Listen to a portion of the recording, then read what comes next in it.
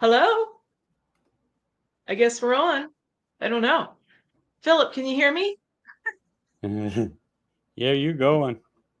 All right, good. Cool. Well, thanks for those of you that signed in here.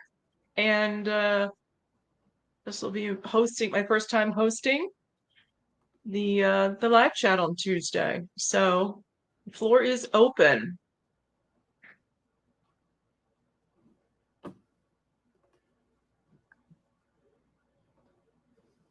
So this We is got what a I few wanted. on This is here. what How I was. many? How many you got on here now? Oh, I don't know.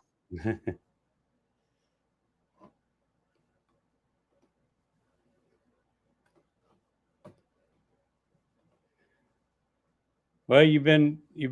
There's Lee. Hey, Lee. You've been wanting to do this, and now we're here. Can you see the screen? Yeah. Okay. That's my oh wait. No, here we go. Yeah, I don't have to press that extra button. Yeah. So this is a solid bottom board, which I don't really run solids. Hi, Philip. Hey. Hello. Thanks for supporting. Oh man, I just came here to see a train wreck, Nancy. Let's do this. All right, here we go. You see Well, a I train said, wreck every Saturday night, man. What you That's right. That's right. how could I get any worse, right? That's right. Oh, So I man, how said y'all to doing? Joey, I said the worst thing that's going to happen is I'm going to sit here forgetting that I might have to be the one that talks, because so Somebody's if that echoing. happens, just nudge me or something, kick me under the table. But anyway, so I run mostly solid screen bottom boards, just uh, because I just felt that that's what they needed, even though I had no idea what I was thinking at the time or any reason to think that. But I do have some solids out in the yard, and this is one of them. And this is the second formic. My first formic was on May 2nd. My second formic was on July 2nd. And this is July 5th, maybe. But this is all bees, the whole thing. And they were like that so the second up until the 14th, they hung out for 2 weeks like that. That's two deeps and a medium. Was that just bearding or was that swarm? Yeah, no, bearding. It was beard. That's how, yeah. So it had a solid bottom and it was its second formic treatment. Oh, okay, the former. I had one that looked So, like that, and they flew off after about 2 hours. But it was I yeah, didn't do anything to them. no, they were like that for 2 weeks and then all went back inside. Hi, Tom. Tom's on. Hey, Tom. Oh, Lee's here. Dodd House. Thanks for showing up. Oh, Bearded Bee Works. Is that Josh? Yep, I think that's him. Cool. Glad you made it, Josh. So anyway, I don't know what we were talking about. Yeah, so when I finally when that hive there finally settled down enough to get into it, there was nothing wrong. She was laying, it was just a strong hive. Well, the formic was working. To get in there, I put the two pads on to get in there and penetrate the cappings. All those bees had to get out of the way.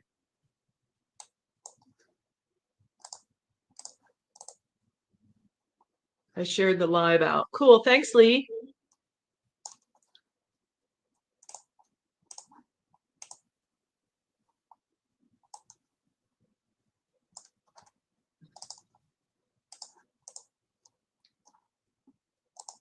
What else do I have here?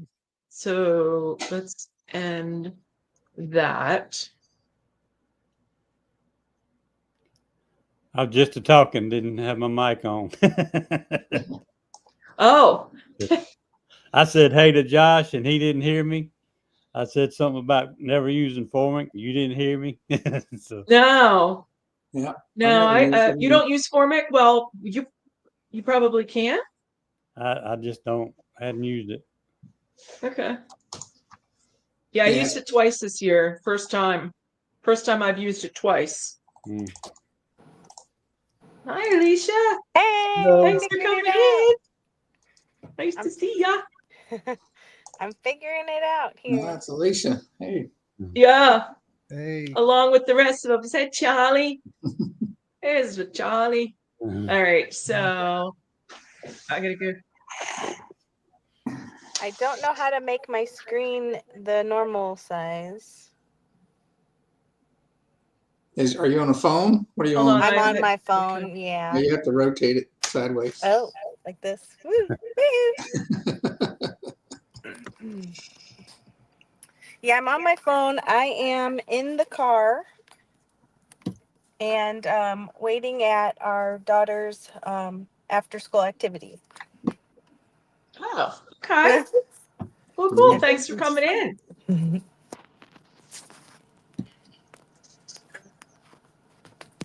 So, Charlie, did you see the picture I had up? yeah. What? Dirt Rooster? No, this is that second Formic. I did Oh, this year on a double deep and a medium size hive. It's like that for 2 weeks. It's a that was solid bottom too. so you got a medium and a deep and two mediums and a deep there on that. 2 deeps and a medium, yeah. I think that's what it is. Can y'all hear me now? Yes, sir. Yeah. Why do you keep disappearing? I had to change mics. Oh. Must have been dead. All right, so you did that in July, Nancy? Yeah, that was my second treatment, the July 2nd. I did May 2nd and July 2nd.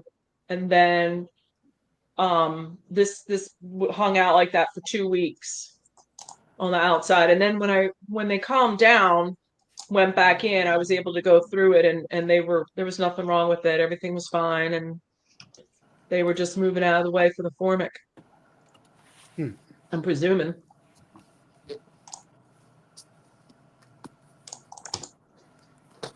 Let's see. There it be works. Oh, Joey. Please making fun. He said, Joey, is this your first live? Yeah. Hey, this is my first live without Matt. I know. I asked him, should I wear the tentacles? And he said, heck yeah. Oh, do you have them on? I can't see them. No, I left him at home. Oh, Maybe later. okay. Yeah, he's at the Eastern Missouri Beekeepers Association meeting. They're talking about mead. They're probably tasting some too. Right.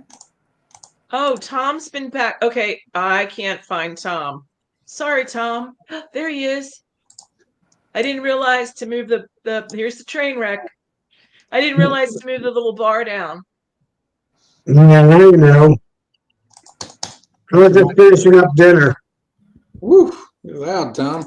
Yeah, I need to turn it down a little bit. Me? Yeah. Yeah.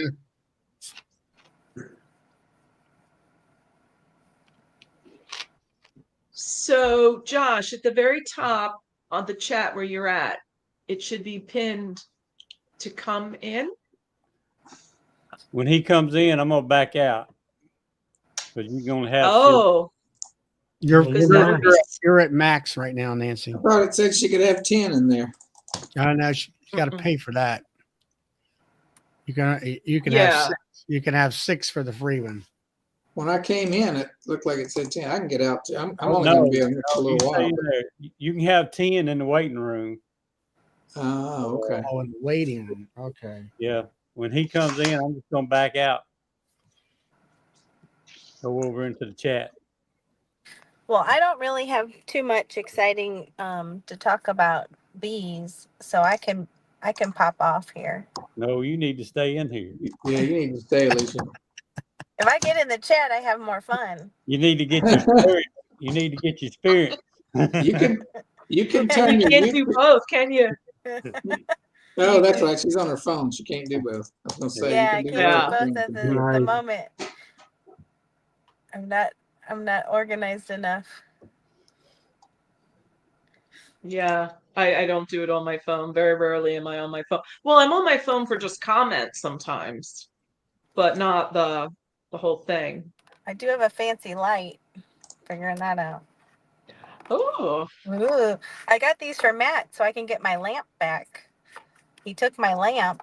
We were at oh, for a vendor event, and the lady in the booth next to us was selling all kinds of random. She just closed her antique shop booth down, and at the end of the day, she's like, I don't want to take anything home. And she had this lamp, and the shade had bees on it, and it's really cute. And then Matt was going on one of the chats, and he needed a light, and he took my lamp. I need my lamp back. You got to watch him, Get Beekeeper. on him. Yeah. He left me with the shade, so I still have the shade. He just got the light bulb. all right. Josh is in the back. All right. I can drop out. No, I'm going out. Oh, I can figure out how to get out of here. Just oh hit wait, leave. I'll get Kick me ready. out. Let me. Click on leave studio. There you go. There you go. Okay, now I go back. Add. There he is. Oh, okay. Y'all hear me okay? Yeah. You can. Hey, Josh. How y'all Hey, doing? Josh. Good. Good. So, Yeah. I understand that you sell honey? You're like a vendor and you sell products and stuff? Yeah, we sell wildflower honey. We sell about 7 flavors of creamed honey. And we got about 7 flavors or 7 varietal honeys that we get mostly from Bob Benny, but we got a couple others that we get other places as well. Huh. And Where do you that's sell at? Do what? go ahead, Nancy. Where do you sell at? Our main gig is the Nashville Farmers Market. That's kind of steady. We're there from March and through December. Take January, February off, but we do a lot of special events like fairs, festivals, pop-up markets, all that kind of stuff. Those typically do a little better per day, but they're just not as consistent. Right. Yeah, I do a lot of the arts and craft festivals and then the farmers markets. I can have my feet on both sides of the fence up here for those Yeah. arts festivals. Like I can get into some nice fancy arts festivals.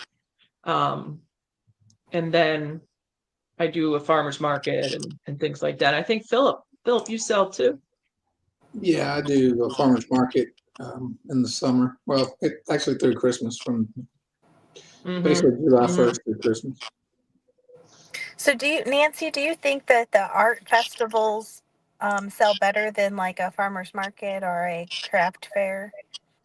Well, it just depends. When you look at the numbers at the end of the year, they're kind of, well, so the farmers market's just a consistent steady. Mm-hmm. You know, it's like the turtle.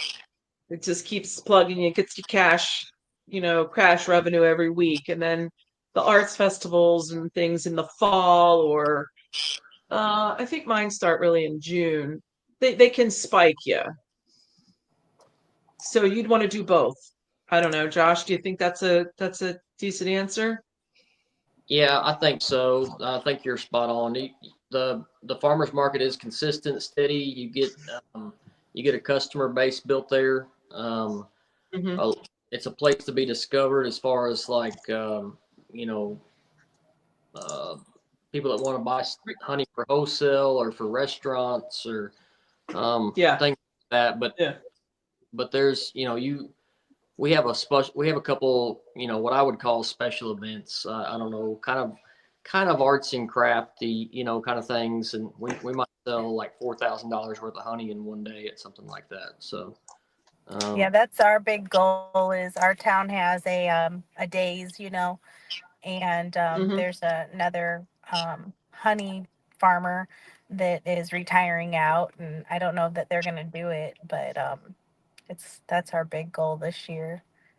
We did a few little events like a craft show and some winery events, and I just don't know, other than meeting the neighbors and the people and talking about the location and everything like that and getting our name out there, as far as sales go, I don't know that it was the best. yeah, you've got to weed through those things. We've done the same thing. We've done uh, a couple of events that when we first started were okay, and as we've grown and picked up some bigger events, we've had to kind of as you grow, some markets just become where they're not really worth it anymore. Right. Um, you know, 4 or 5 years ago, if I sold 200 or 300 bucks of honey in one day, I felt pretty good about it. But if I did that today, I would like, man, this is a horrible day. I don't want to do this again. So it just depends on where you're Yeah. at. It turns into a lot of work setting it up and Yeah. all that. Yeah, you get into your groove though. Like I know how to pack my car. I know how to pack it to leave. I know how to pack it afterward, and you get into the groove of that. Um, the heat of the summer is what kills you because you're working the hives and then working weekends. So, I mean, you're in the heat like all the time. And I Yeah, had that's where yeah, Matt comes in.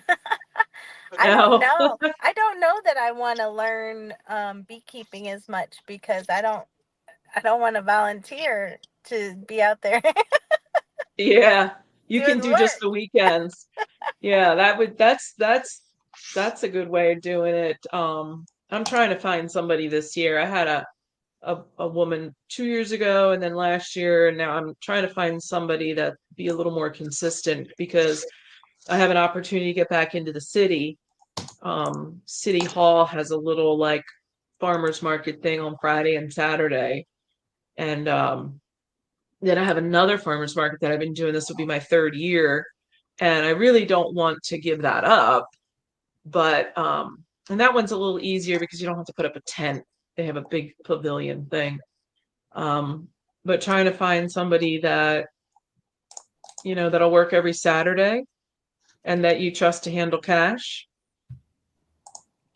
Yeah. Speaking of city, um, I highly recommend joining the Chamber of Commerce in that town, whatever town you were talking about. I do the Chamber of Commerce for my work, and I'm about to do it this year for our honey company. But where it pans out is the networking with all those business people. A lot of them will consider doing gifts. Like the holiday, I had Yeah. some large orders for Christmas gifts they wanted to gift their clients or their colleagues or however, and that was kind of neat.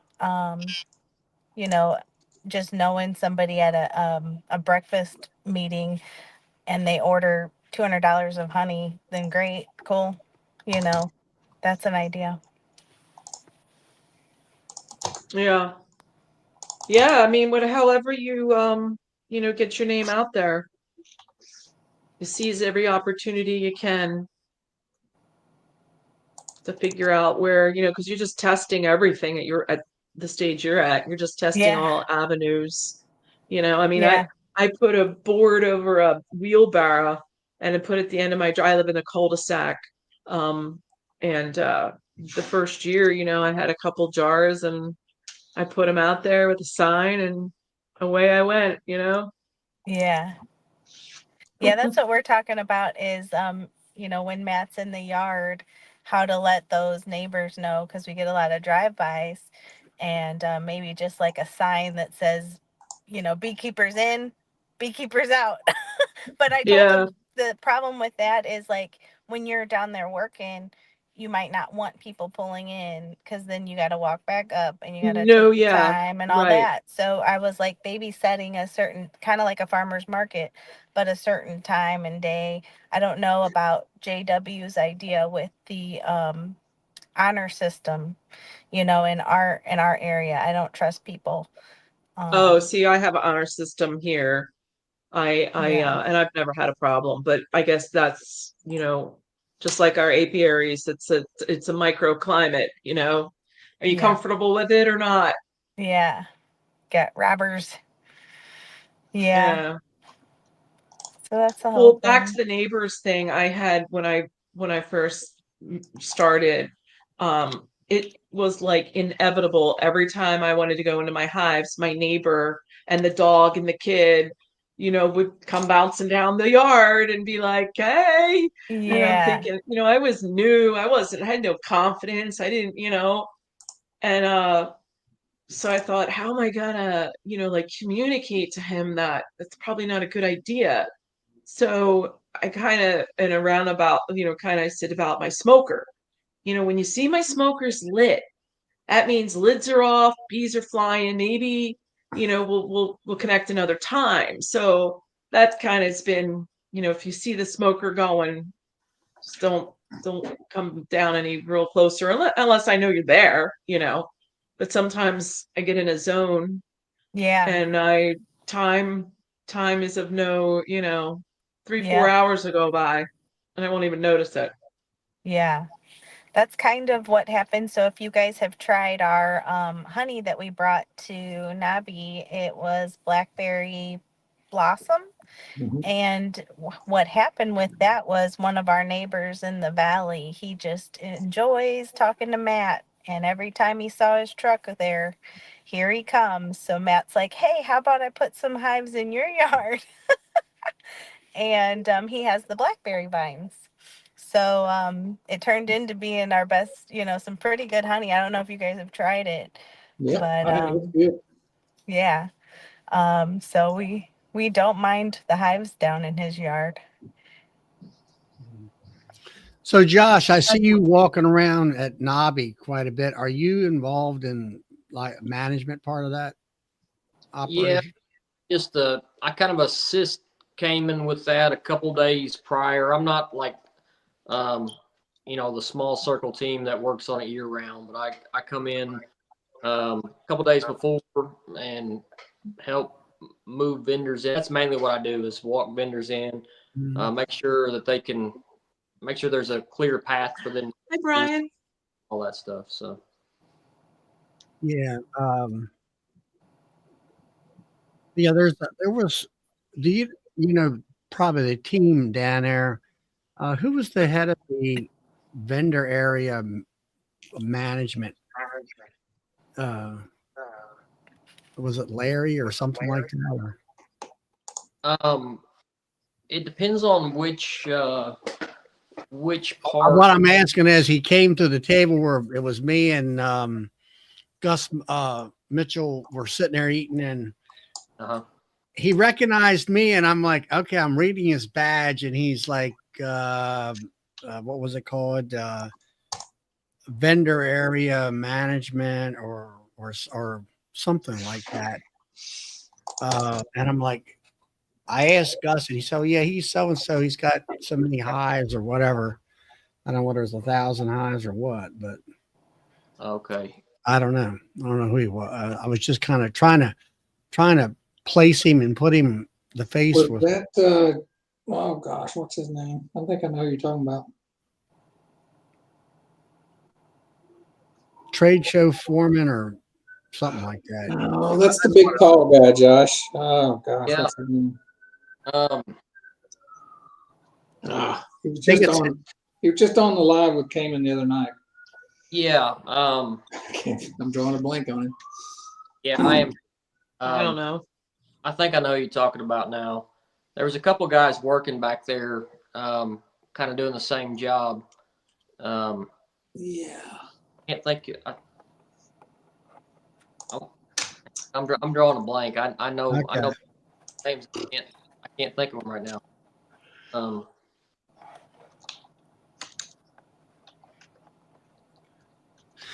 Alicia, I got an idea for you. You can let Matt do all the bees and you can do the farmer markets. Yeah. So he came to one of them with me. We did the local community college in our town there, and they had a craft show, and he was with me to set it up. And then he's standing there. He's just like pacing, kind of like looking around, pacing. He's like, I can't do this. And I was like, Matt, it's only 8:30. It starts at 9:00. He's It like, didn't even start yet. I gotta go do something. And then when he left, I was texting him, oh, I met this person, and this person, because we were in our town that we have the hives and everybody knows the roads and all that. We were meeting the neighbors. And he's like, oh, shoot, I got to get back up there. But yeah, it's not for him, I don't think, the whole selling thing. Yeah. Yeah, it's a type A personality. Like, you really got to be type A and get out there every weekend and, like, you say the same thing 1.5 million times. And I don't know, I think most beekeepers become beekeepers because they're not these type A's that want to be out, on the stage, so to speak. But yeah, combining the two. Yeah. Hey, Charlie, I think you were trying to think of, and Josh too, Jacob Osborne is the guy. I was just fixing to say that. I just remembered his name. That's I mean, he seemed to know me, and I'm like, was he on my chat, or, how does he know me? I mean, I kind of got that with a lot of folks at Nobby this year. Well, you're So I'm like, famous. Somebody knows Charlie now. Yeah. Popcorn Charlie. I don't know about it, Oh, Charlie. but All I know is I knew your voice Hi, Highland. from Matt's phone. okay. He was trying to get into, watching YouTubes and everything. He must have found your videos first. And so then it just kind of phased it out. And then whenever I saw these chats, when he actually went on there, I watched it the first time he went on there live or whatever. And I'm like, oh, okay. I've heard these voices. How to get the voice with it for the face and whatever, I guess. Yeah. All right. Well, Josh, you used to do some videos. I think I used to watch you. Didn't you have some hives at some kind of, I don't know, it was a mine or on some kind of a dirt road or something. You were moving. The hives were on pallets. yeah. A Yeah. couple years ago, or maybe a year or two ago. Yeah, it's been a few years ago now. That might have been when I moved from Kentucky to Tennessee. Yeah, I did some YouTube stuff back then before I, from a hobby, trying to make a business out of this, and just ran out of time. I got, I still work a full-time job and run Oh, about wow. 20 hives and try to sell honey when I can. My wife sells a lot of the honey, but there's still times I have to go to the markets. I really enjoy the YouTube stuff, but it just kind of fell by the wayside as I got here in business. Mm-hmm. Now I remember where I knew you from, Josh, watching your YouTubes in Kentucky. Yeah. And Few then years ago. also you were walking around. I can remember back in Hive Life too. You were down Yeah. there. Yeah. Yep. And I think that's when I checked your channel out at the time where you were, I don't know, it was some kind, it looked like to me it was a gravel road with a hills, like a bank on the side. Looked like to me a driveway Nice. down into the mines or something like that. And Yeah. you were checking hives, and they were 4-way pallets, I believe. And and all that. But it was pretty rugged, pretty hilly area that they were in. Hey, Nancy, I need to get off here. I've got to drive home and I've got to go to the scout meeting, but I'm going to listen on the phone until I get home. So All right, cool. Well, thanks congratulations on your for first popping live, in. and let's do it again. Have a good night. All Thank right. you. Everybody See ya. take care. See you, Phil. See you, Phil. So, so how many hives are you running now? About 120 at the moment. Some of those will get sold off as overwinter nukes. I had planned to sell a lot of overwinter nukes, but my honey demand was so high this year. I'd sold a few before I decided not to hold on to most of those. I don't know, I got 40 or 50 nukes that I'm overwintering, or well, they're actually singles at this point, but I was going to sell the overwinter nuke out of them. I think I sold 13 or 14 of those before I decided that I needed them to make honey. So I'm going to try to hopefully go into, year with about around 100 hives or so. All right. So you still in more of the honey production and nuke production business then? Yeah. Yeah, we produce honey. I sold about 100 nukes last year. I That's like a lot. I like to produce the nukes. I really enjoy that. I need some help. We got a couple girls hired to help us at the farmers market. A big help, but I really need to find a beekeeper. I think I might have found one. I reached out to him last year, but our schedules kept conflicting, so I'm going to hit him up again this year. I do hire a couple buddies to come help make splits. A couple guys that are an hour or so from me, they come out and, I pull everything up above the double screen board the week prior. Then they'll come in Saturday morning and we'll split everything out and move them to the nuke yards, and I usually drop cells the next morning. So are you doing like when you're pulling splits out of 10 framers, I guess, or doing it that way? Yep. Now, are you putting them in 5-frame nuke boxes? I am. Yep. So Okay. I'll go through and decide what I want to, kind of knock the colonies back to. It's usually around 3 frames of brood is what I leave behind. And I pull everything else above. I think I said a double screen board a while ago, but I pull everything above a queen excluder, making sure not to bring the queen up there. Yeah, and bring the nurse bees up her with them. Yep. And then I'll do that. Like I said, I'll do that the week prior to splitting, in the evenings. And then that Saturday, pull out 2 frames of brood and some food and, make a pretty strong split. And then are you able to make your own cells and stuff like that, or you have to buy? No, I graft my own cells and raise them. Yep. And now Gosh, sounds like you need to get up to 300 or 400 hives, and then you don't have to work a full-time job. Yeah, it's I've thought about it. It's one of those things I've thought about it. I think I could do it, but I'm not ready to pull that trigger yet. Yeah, that's a big commitment. So what do you do for a day job? I manage a private farm in the Nashville area. I got a degree in biology. I managed several state wildlife areas in the past, but about 3 years ago I left the state and came over to the private side, and it works out well because I keep all my bees here. I extract all my honey here. It's kind of seamless. I go from one job to the other, within just a couple minutes. So. Right. Interesting. What kind of farm is it? Cattle or? No, I kind of call it a pleasure farm. We do some wildlife habitat management, maintenance. Keep the curb appeal up, that kind of stuff. So it's kind of a broad, I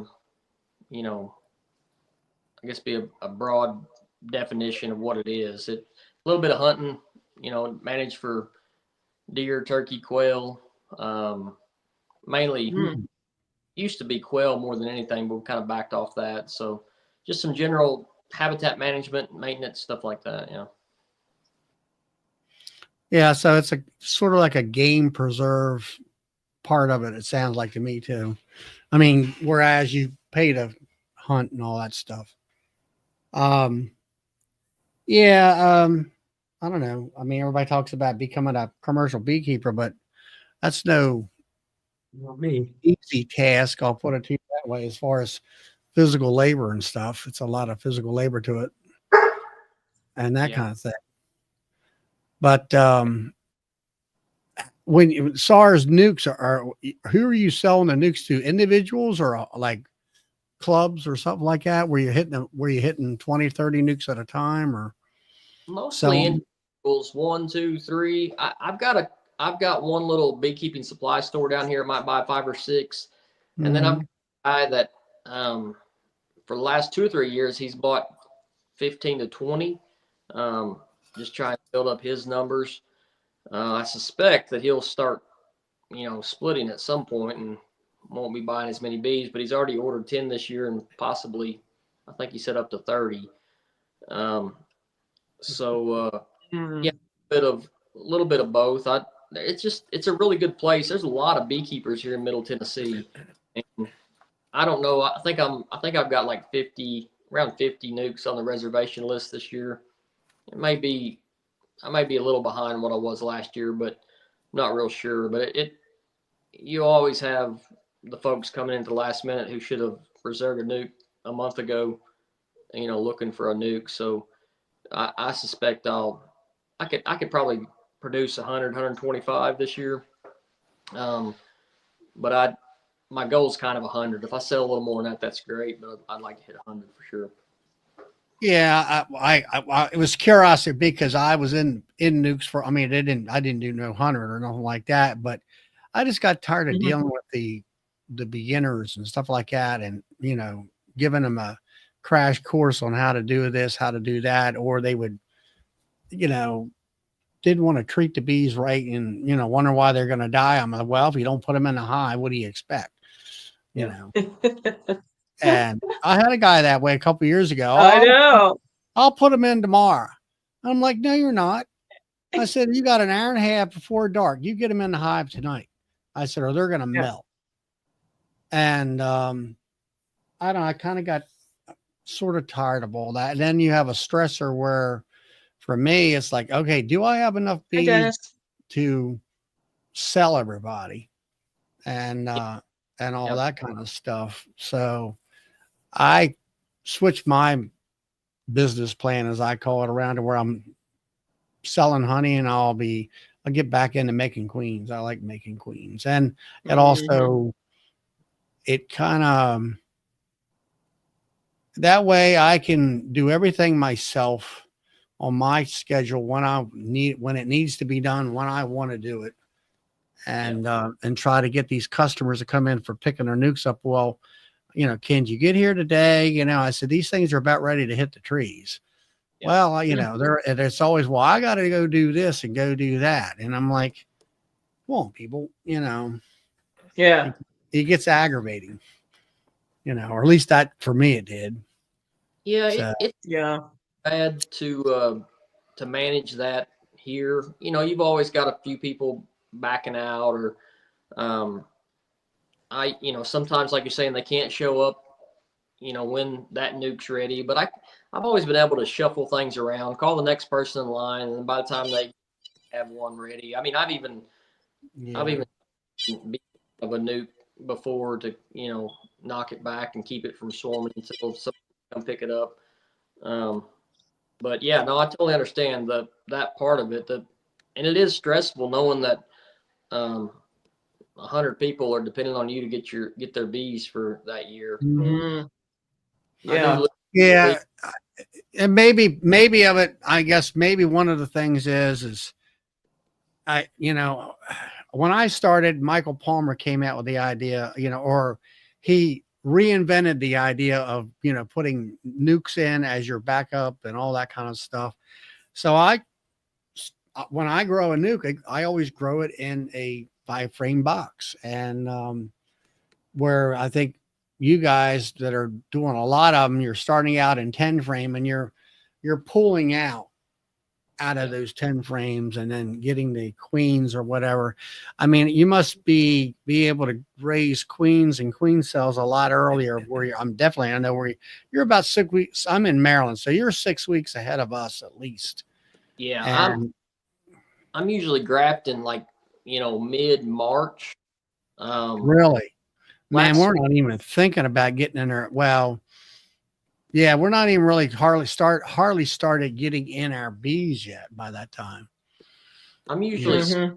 last weekend of March, first weekend of April. That's pretty common around here. That's common for us. I mean, I'll be putting supers on next to the last week, or it depends on how strong they are, and that kind of stuff. But I think maybe for me, when it came to the nukes, it was more of I like a system or a technique. Or this is start you do A, B, C, and D, and I tried to develop that. And like you say, with the stress of like people waiting, beholding to you, and then all of a sudden you got a collapse in your bee yard.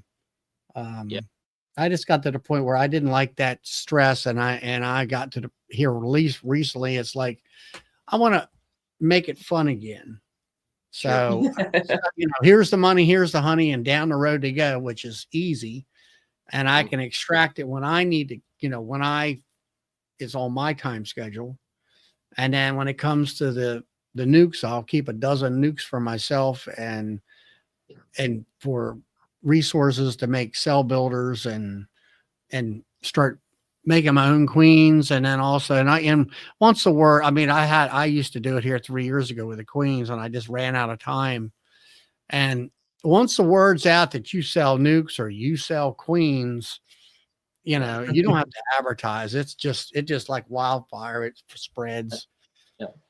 And all that stuff. So I'm trying to make my beekeeping thing fun again. And I was up to, I don't know, 40 to close to 50 hives, and I'm talking nukes and 10 framers and if you put in 30, I had enough to do 30 mating boxes. Not that you had to touch them. Those you could put your queen in there and I'll see you in 2 weeks. And, you could pretty much take care of all that and with one person. And, so I don't know. It just got to the point where you're working the whole weekend trying to keep up. And I just said, okay, well, it's redo my business model and then downsize. So, I got enough racks and stuff to put 28 hives on. That's including, 16 honey hives and a dozen nukes and for backup and for resources. So I'm happy with that. And I do well financially with all that too. So, the bees are paying the bills and making me a modest profit margin. So good enough for I had me. a guy call me That counts. the other day, yesterday, maybe 2 days ago. He was calling for 2 of those sets, the 2 frames of brood Okay. workers and the queen. For it's for like if you have a dead out, it's for an established beekeeper who has drawn comb. So that allows me to keep more of my brood frames because I don't graft. So that allows me to have a couple more frames of brood for them to make their own queen for that situation. But those sets are nice. I'm a small scale Josh, basically. I run my 21 to 24 10 frame production hives. I call them honey hives. Then I have 12 6-on-6 frame nukes where I still 4 frames out, put virgin queen in, still 4 frames out, still 12, 12, 12, 3 times a year. So anywhere from 30 to 40 nukes. And I don't touch my production hives. Well, that's the way I was. I had gotten up to like 24 nukes. And I mean, that's all they were. They were either for sale or for resources. And then I Right. had my honey production hives, and that's all they did, you know. I try And to get one row out by the third week of April, then the next 12 out the third week of May, and then the next 12 out the third week of summer solstice, basically.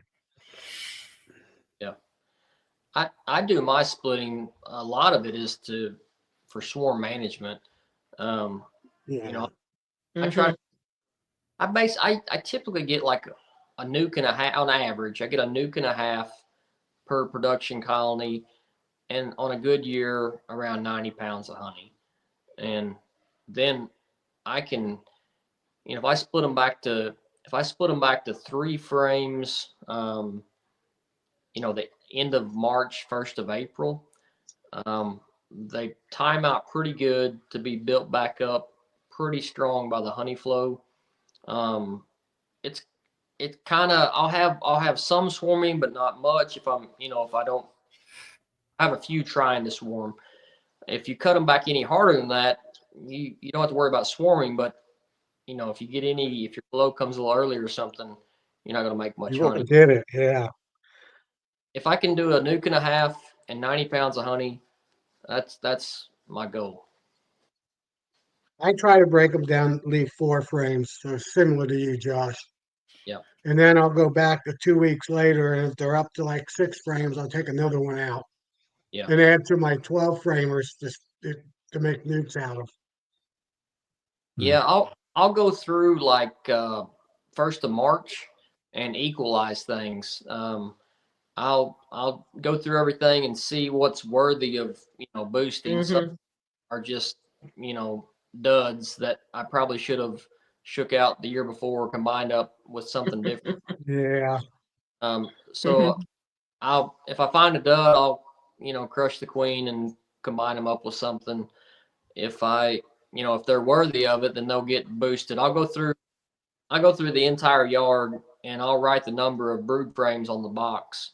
And when I get done, I add that out and then go back through and try to make the whole yard, equalize everything. Right. right.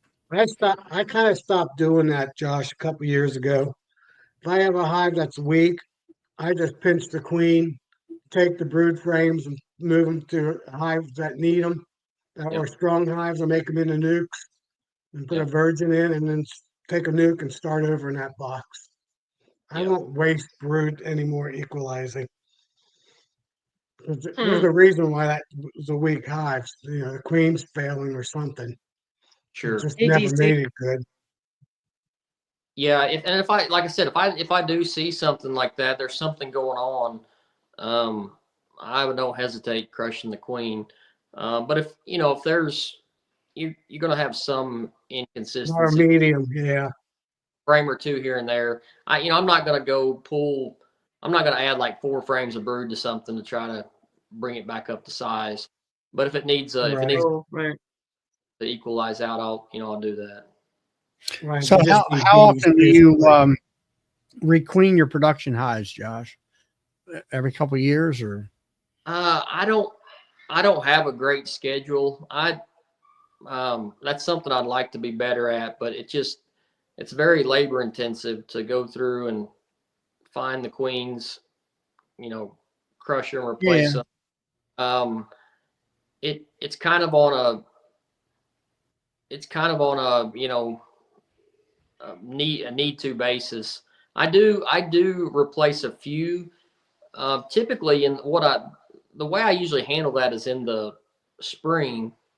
You can see pretty quick, what is not making the cut.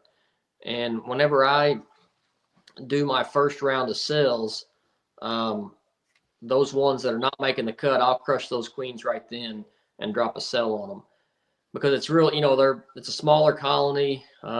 There's not many bees in there. The queen's easy to find, and so that's usually how I replace my queens, and how I decide to do it is in the spring. Like I said, when I do that first round of grafting, anything that I don't like gets the hive tool treatment, and I drop a cell on them. So, I mean, I like that idea. I mean, last year I had a spring catastrophe where I lost about half of my production hives. I'll say due to old queens, and then the ones that were still alive they were ready. They were almost ready to die out. I mean, they were fizzling down to where they had barely.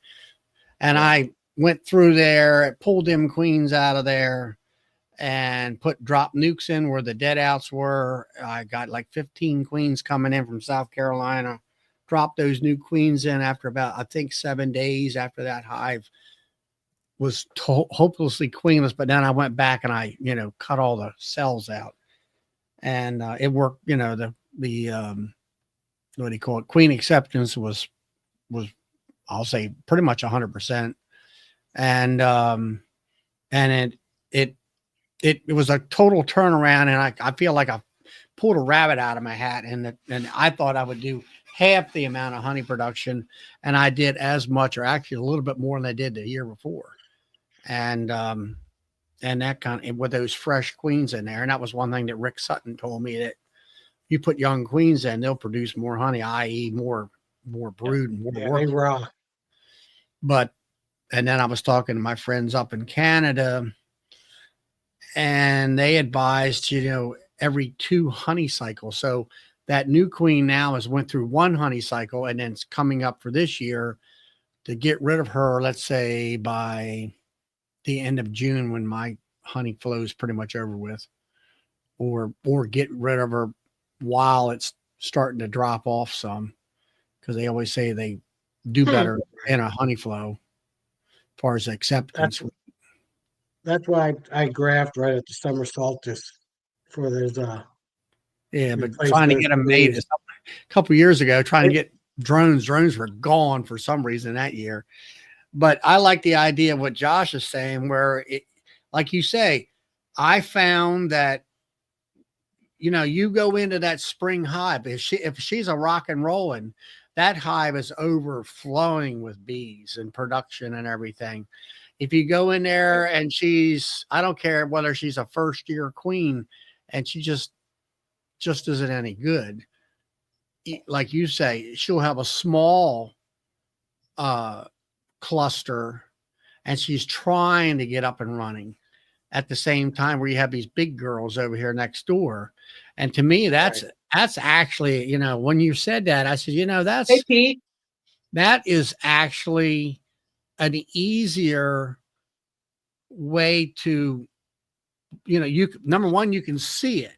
It's a better way of judging it.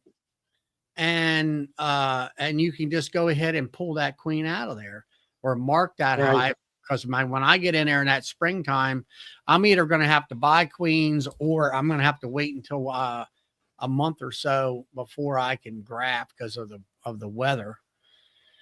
But that seems to be an easier way of, requeening and knowing when to requeen and all that. And like you say, it's a lot of work to drop 16 new queens in all, if you're going to do them all at one time, or some people have said do them like 8 this year and 8 next year type of thing. Yeah, it's a lot of work to hunt those queens down for me. Yeah, I one year I marked all my queens. I'm going to mark them all. Well, yeah, I marked them all right. And then, hey, there she is.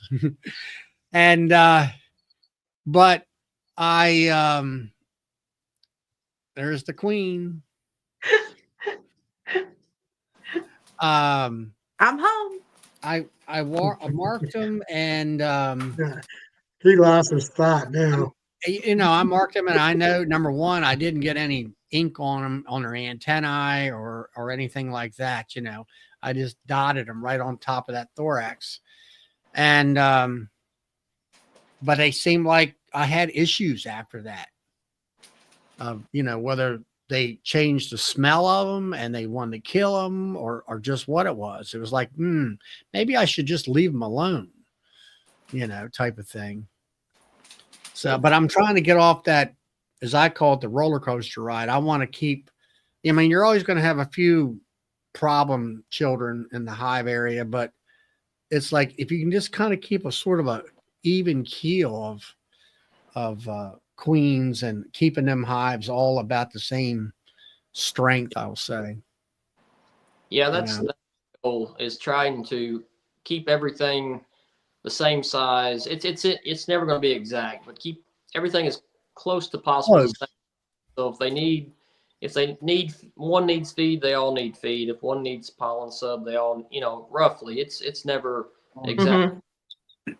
Keep it just as consistent as you can to make work more productive. Yeah. I mean, it's like when it comes to pollen, I finally, I went and got 20 pounds from Cayman's thing, here a couple weeks ago. Or was it last week already? No, it was 2 weeks ago. 2 weeks ago.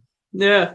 And, with the rocket fuel in it. And I also feed rocket fuel in my fall feedings in the sugar water. And that mean I've seen that work. That's about the best stuff there is out there. But anyway, around here, I'll say March, the red maples start to bloom. As soon as that happens, they're not going to touch any pollen. And I know right now that I got to get in there 1st of February and drop a pollen patty in there and give them that boost and that kind of thing. That's Go what ahead. I do with pollen. I was using. We have a pretty good pollen flow here, and I'll get plugged up on pollen if I'm not careful. So I've had to kind of adjust to that after moving here.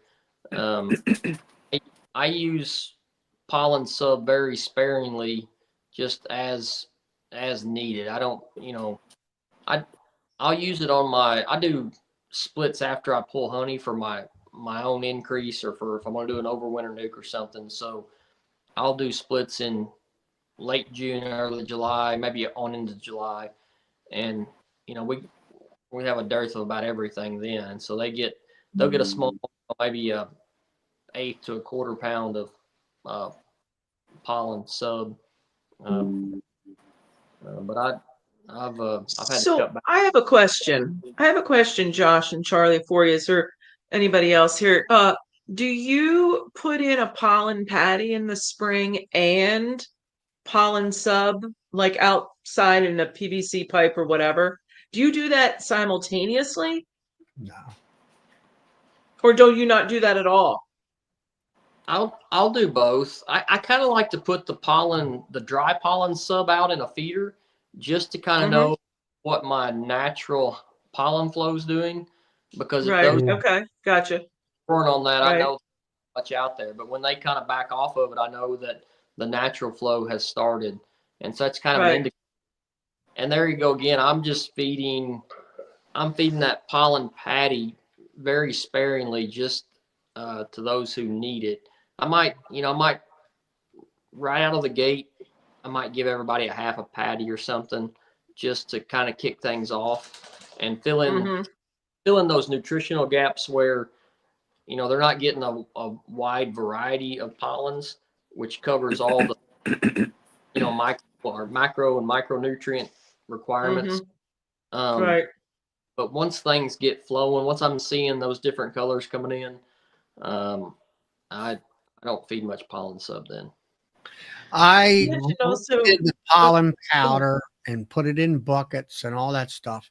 And what I found is yes, they will stop feeding on it if the natural stuff is in it, but they'll take that powder and they'll pack all them brood frames full of it.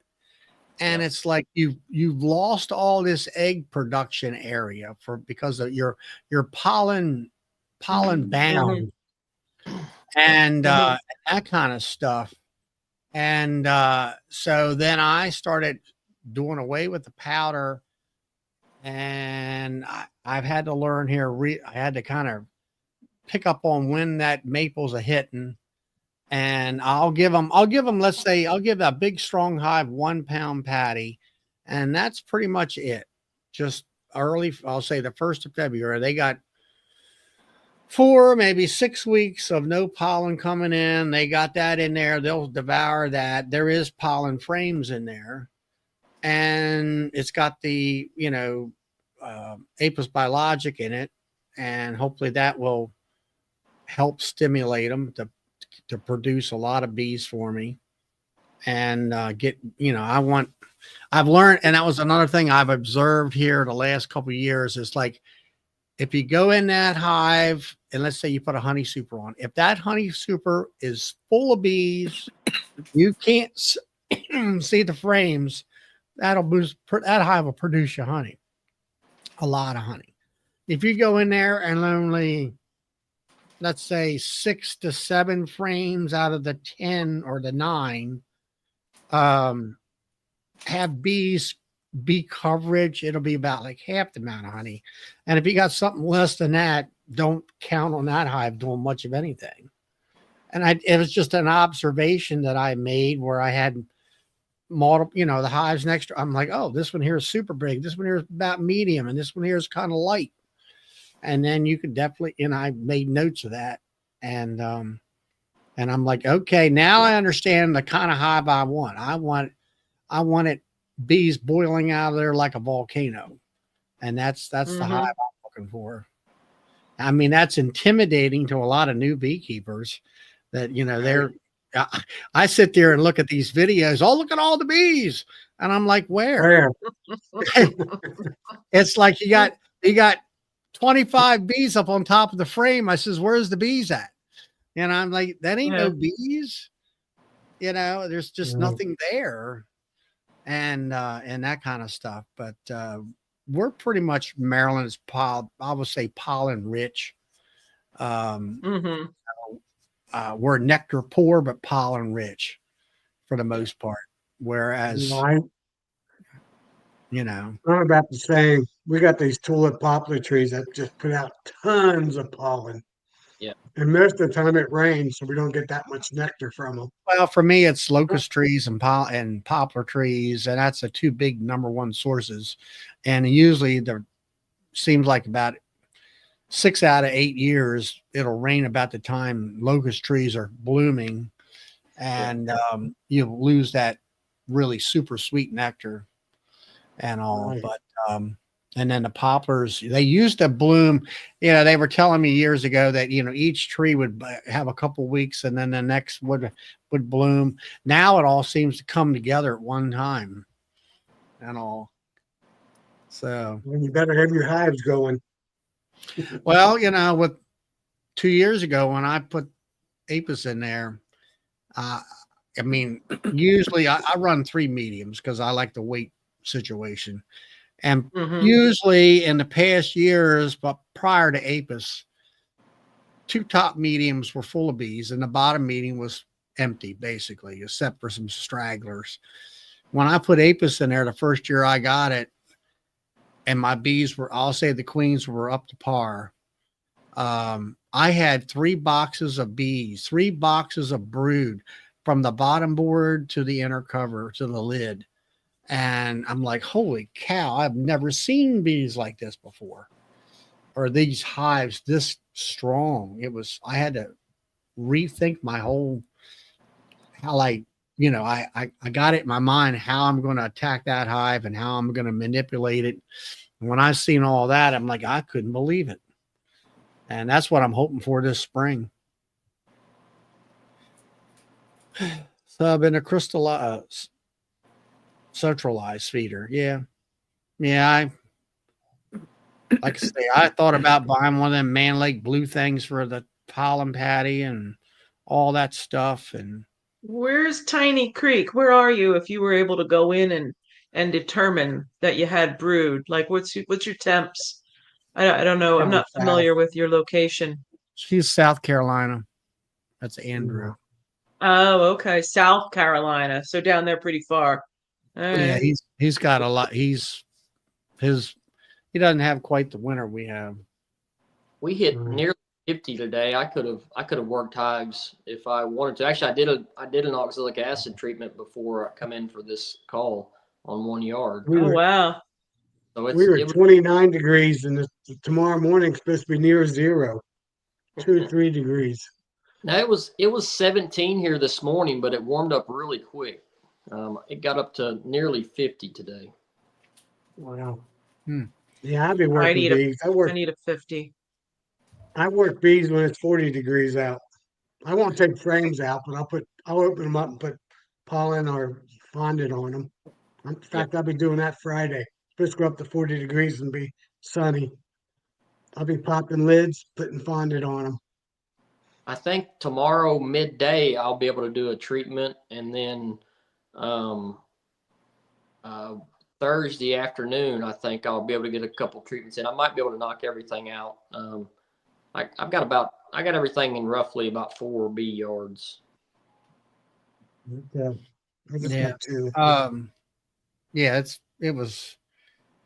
I think it was 27 degrees here today. I think it might have gotten to 30, touching that. And then I think Friday it might touch into the 40s. And then we might have some rain or snow or something like that. And I think it said rain. And then it's going to plummet again. So At Yeah, what I'm showing temperature? here. Go ahead. At what temperature do you see bees come out and start flying? Well, for me, it all depends. It really all depends.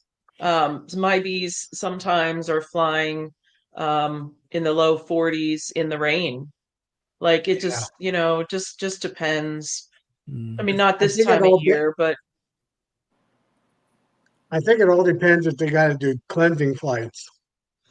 well, that too, yeah. I mean, that there, I mean, I don't know, high 30s, low 40s, but I don't think we really, for me up here in northeast or in the northeast, southeast Pennsylvania, I have a lot of fly days. I mean, I don't think I go 2 weeks where they don't have some part of a day that they can fly. They're not stuffed in that hive for me here I think, in the Sunday winters. here was about 44 degrees, I think, 45. And normally they don't come out. But now what they did is they came out at the entrance and a group of them hanged out there. And there might have been 2 or 3 of them kind of orientating or whatever. And that was pretty much it. Now, for me, if you get up around 45, then they start up into the air, 50 for sure. It's like when I do OA treatments, I like it at 45 where they're in the hive. I close the hive up and then blow the smoke in, and it keeps them all, I can get them all when I do that. So as far as this year's like last year, January, I'm not going to do any OA. I can see it because it's just going to be cold. And I'll hit them a couple times in February. I've already hit them in November and December about 5 times. And right now I know that pretty much all my mite drops are zeros coming off the chloroplast boards on all my hives. So I'm good for now. I got to get in and check my fondant and my sugar. I got them set up before the expo, so it would have been the last couple days of December there, and I got to get in there and take a look because I did pop some lids yesterday, and some of them are really loud. Got really loud. So I'm seeing here Saturday. It's supposed to be 41, which is the highest I have here for a long time, Friday and Saturday.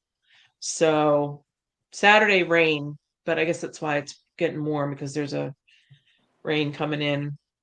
But it looks like Friday, Charlie, yeah, 41 here. But if it's sunny, a sunny 41 is a little different than a cloudy 41. Yeah, that was we had that actually I went out. I have my new infrared camera that I got, and I got my new phone the day before, and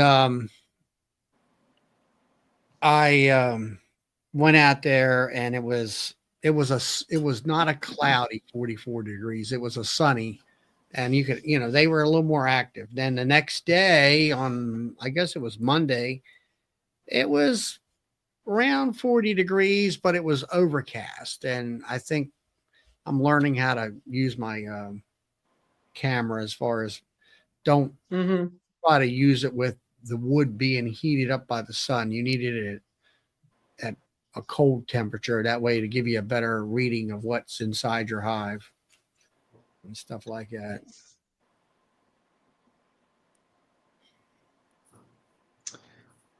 I was going to ask something back at the feeding and oh, pollen bound. I want to ask a little bit about that. I don't think I've ever encountered that situation here. I might, after an inspection, think, wow, that had a lot of pollen in it, but not to the point where it's pollen bound.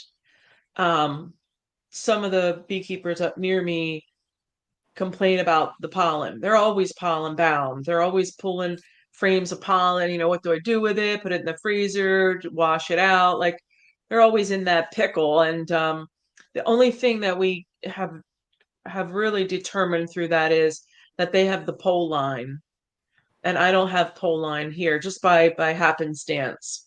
They run a lot of the pole line breed. So I don't know, has anybody ever seen that or heard that or experienced that? I have Nancy. With that tulip poplar, when it blooms, I have to, if it's sunny for 4 or 5 days, when that thing's blooming, I know I have to go into my hives and probably pull some pollen frames out on some of them. My biggest thing is how do you clean them suckers out? Because I was going to take and scrape my frames down and get rid of that pollen. I pulled, I don't know. Why don't you put them in your solar wax melter? Well, I'm talking about cleaning off the plastic foundation. And I tried to scraper, and I tried to do it when it was frozen. And I mean, it was like trying to cut off cement. And and then I had somebody tell me he took a pressure washer and it'll wash the pollen out of the comb. I don't know. And keep the comb? And the comb stays in? Yeah, it stays intact. I've never heard of that. I didn't try that. Could you not keep these pollen frames for, like, freeze them maybe and then keep them for like another time? Nope, because they lose their food These value. don't like old pollen. Yeah, the food value diminishes. And see, that was my complaint about the bees, is the fact that if you put honey in there, they'll uncap it and eat it.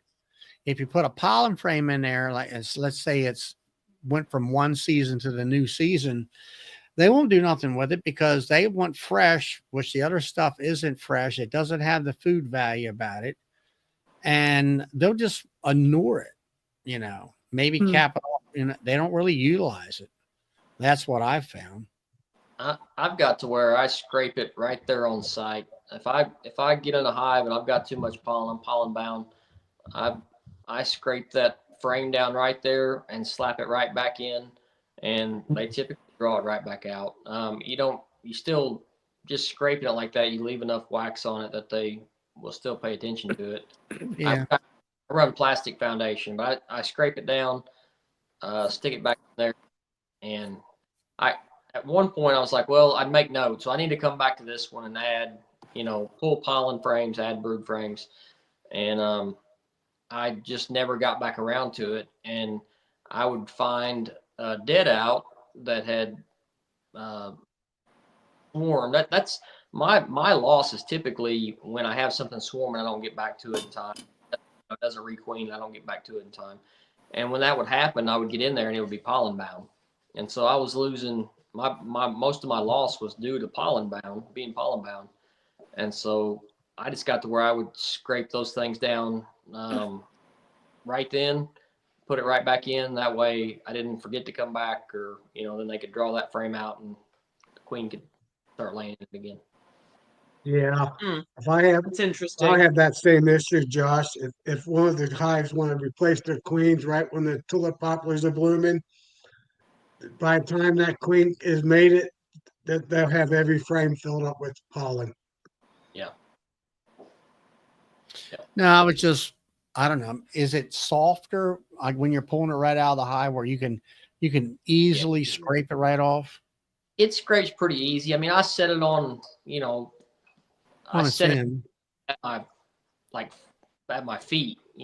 Sometimes I got 1 yard on concrete. You know, that's pretty easy. If not, I might set it on my boot, but get down there low enough where you can get some leverage and, you know, take a hive tool and scrape it down. It scrapes pretty easy coming out of the hive like that. No, I got to the Yeah. point here this past year that I'm trying to, you know, I'm putting in empties and stuff in the brood chamber area there, and I'll, you know, make sure they got at least a couple frames of pollen in there, you know. But I was like pollen, pollen, pollen, pollen. I'm like, and I'm making supers of pollen frames, you know. And I just like I didn't have time to fool with it. I said, all right, I'm gonna set it over here out of the way. I guess what happened was the wax got kind of hard. Yeah.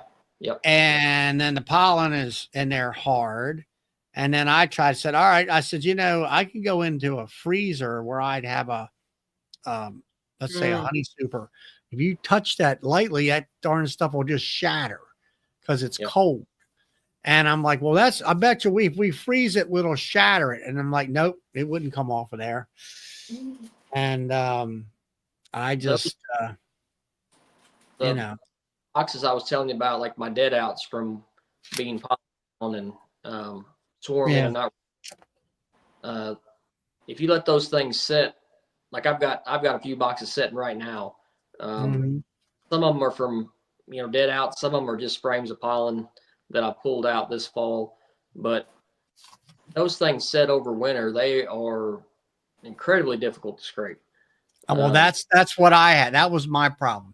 That's exactly what I had. And I asked one other Bob, and I think he took a air powered, you know, the thing where you kind of has a chisel on it and it'll sit there and vibrate back and forth, you know. And he was like that with that. I'm like, really?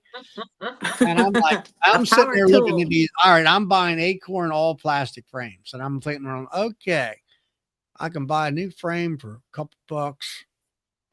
I'll have to have a shoulder replacement by the time I scrape all these hives. Yeah, right. And then you got to sit there and take all the beeswax I got and re-wax all this stuff. And you got all this time. I mean, I'm talking what, 16 hours at least, you know, depending on how many frames. I mean, we ain't talking 10, we're talking 80 or 90, you know. And I'm like, you know what?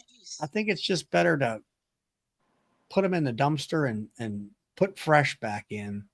So that's a lot of wasted resources. I mean, if your bees are putting that much time and energy into collecting that much excess pollen, they could have been doing something else, you know, more productive for you. Well, or them. Well, that's where how do you?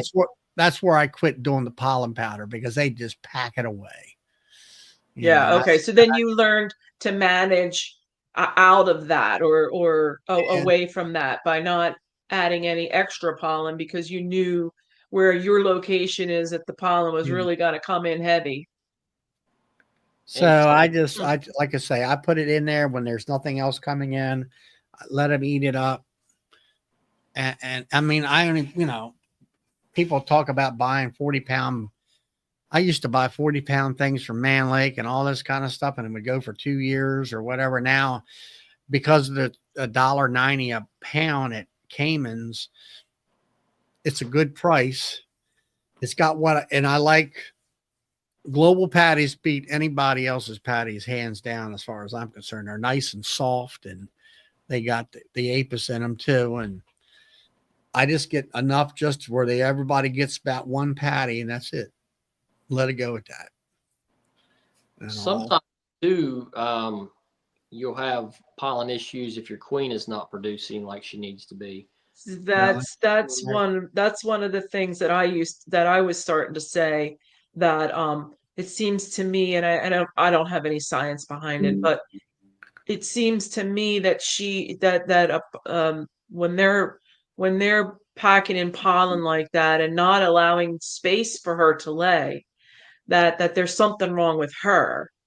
Like, because that's what ends up happening is there's no room, but they're doing that. But why are they doing it?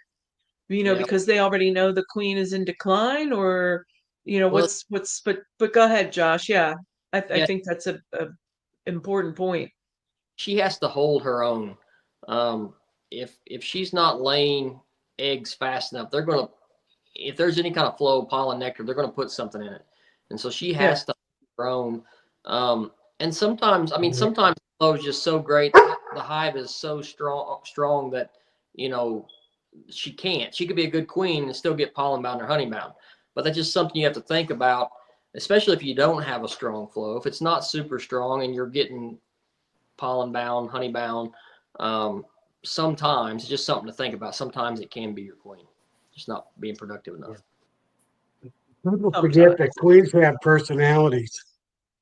You have some queens that are bullies and they'll just push all the other bees out of the way so she can lay in that cell. And the other queens are good queens, but they let the other bees push her around. And they could be all from the same genetics that you grafted from. Yeah, that could be true, Josh. I mean, I have heard that, where the queen, there's that issue with pollen like that. But I don't know. I mean, when you're doing honeys, are you doing single brood chamber management when you're doing your honey? Yeah. So I do singles. I'll overwinter the smallest box I can fit them in, and then coming into spring when I'm fixing to start making splits, the bees are building up. I'll go up to a double. That way I have that extra room to have, to be able to pull my brood up above a queen excluder. And then as soon as I put those hives down and make my nukes, they go back to a single, and then they're pretty much, then they're prepped to go into the honey flow at that point. Yeah, that's what I've learned. I tell people, they'll say, well, you're doing triples. I said, yeah, but when I have the honey flow coming in, that's where I drop them down to just 2 medium, which is, I consider a single. And she lays all that up with eggs and queen excluder and honey supers above. And it, like you say, it added at least 30 some pounds per hive for me. Yeah. I'm basically the last year, about 80 pounds per hive, something like that. I would like to get at least 100 pounds, but I don't think there's enough nectar source to do that for me and all. So, sounds, yeah. Now, when you put that single down, you put your queen excluder on and you put your supers on, is that pretty much your box setup for the honey flow? Yeah, I typically, I got a little break between when I knock them down to a single and do my split. Between then and when I put a honey super on, there'll be a few weeks. Sometimes, a lot of times I go back and feed them after I split them, just because they're building back up. So they might get a little sugar syrup, some thin sugar syrup, or maybe a little pollen patty or something, just to help, kick that queen to, build that hive back up for the honey flow. So I don't go right back with a super, just because I might do a little supplemental feeding. And then once everything looks pretty solid, they've got some food frames in that single, then, and the flow is getting real close, then I'll go ahead and put my supers on. Right. Yeah, I mean, that's like when I did about the same. If my hives are about the same thing. Yeah. If my hives are like exploding in population, and I'll say it's like the 3rd week of March, I'll just go ahead and drop I'll pull that top box off, make sure she's in the bottom, queen excluder, give them at least a couple honey supers to give them room. Yeah. And I'll actually bring some brood up on that 3rd box and put it up on top of the honey supers, and that draws them up into those honey supers. Yeah. And I kind of do a demery thing where I'm pulling cat brood out of the bottom, putting it upstairs on that top box with the honey supers in the middle. And if I don't have enough cat brood to fill that box out, I'll put foundation up there, and they'll start pulling wax for me all at the same time. And, you're kind of getting everything done at one time type of thing. So it works out well, or it has. And also by doing that, I've pretty much ended the swarming problem. That it there's as long as I've learned one thing: as long as she's got a place to lay, she won't swarm. As soon as she runs out of a place to lay, that's when she wants to swarm. And all that. Then when I come, like say with the winter, like right now, then I put that top box back on. That becomes a honey super for the winter. And then I feed in the fall, or feed in after about the 15th of September is when I start feeding. Yeah. And all that, and fill them up. And all. Flow here is part of April, May, part of June. He might get on into later June. I typically have I basically just pull one. I just pull like my spring summer honey. Yeah. I pull it in 2 pulls, but it's all the Hey, Mark. same thing. Hey, Mark. Sorry, And, Mark Miller just popped in. Yeah. Now, I hear the terminology. So you call it Middle Tennessee. I presume I know the state is a long state. So, what do you have? East Tennessee, Middle Tennessee, and West Tennessee is Pretty how much. they designate the state. Yep. Okay, Yep. that's your terminology for the state area. I guess Middle Tennessee is around Nashville. Yeah, I don't know exactly how they define that. I mean, you get up on the plateau, you're kind of getting East Tennessee, I guess. I'm a transplant, so I've only been here about 3 years, 3.5 years. But Right. you get over, you kind of get out of so pretty much Middle Tennessee is kind of hilly. East Tennessee is mountains. West Tennessee is lowlands, basically. There's some wetlands in the west. Really, in West Tennessee, Yeah. they got kind of swampy. Yeah, along the Mississippi River there. Okay. Memphis, Reelfoot Lake, Dyersburg, all that over there. I see. Yeah. Yeah, I know where Cayman, he always refers Middle Tennessee, and he's just west of Nashville or east of Nashville. I mean, Yeah. and all that.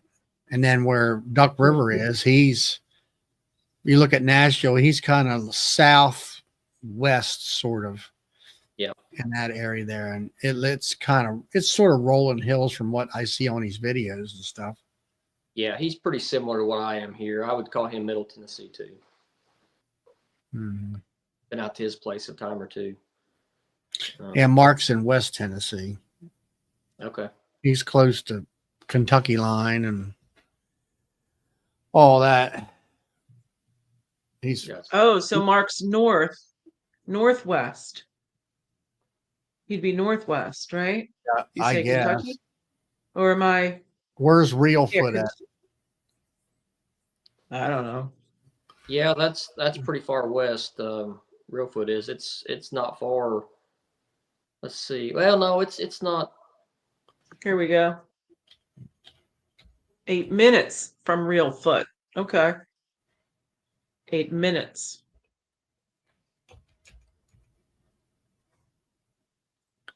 Yeah, I'm looking it up. And Alicia, where are you again? Just remind me.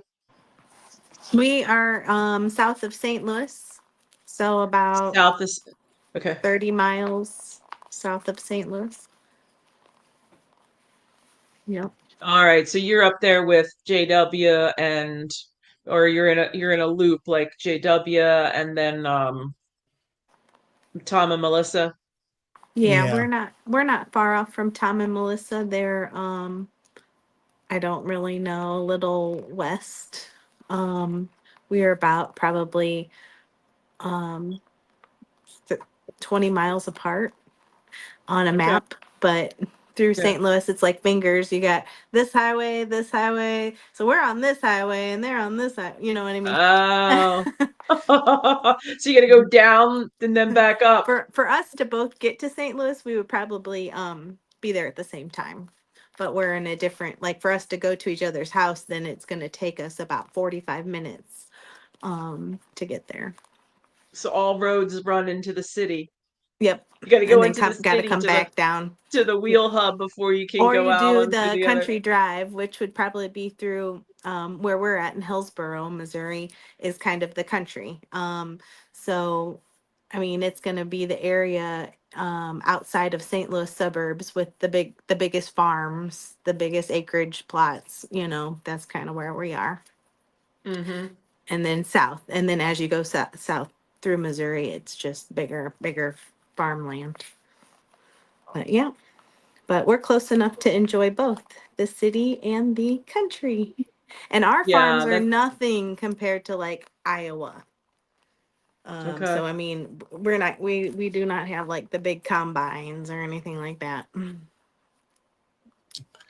So what kind of farms are in your area? What are they doing with them? Are they There's a dairy farm nearby. okay? So we just met one of our neighbors up there at the property, and he has, I don't know, 30 acres or so. But what he's a dairy farmer um, for these other properties nearby. So What happened? Oh no. She must have. I don't know what's happening. Oh, that's a My router issue. Maybe. I'm still on the cell phone, but my daughter's getting some phone calls, and they're it's kids messenger, so it's kicking me off so she can get a was a call. hiccup. A little All these hiccup. things. So yeah, so a lot of dairy farms, and then I mean, I just think that there's not. I mean, it's I shouldn't say a lot. I mean, it's a lot for for this area, but it's not really a lot. We're kind of in this area that's undeveloped, and hopefully the developing stays away, you know, because it's You still have the to. nice. You have to quit that job you do. Yeah. Yeah, I work for a builder. So he Oh. luckily he's sticking to the other towns right now. I don't know. But yeah.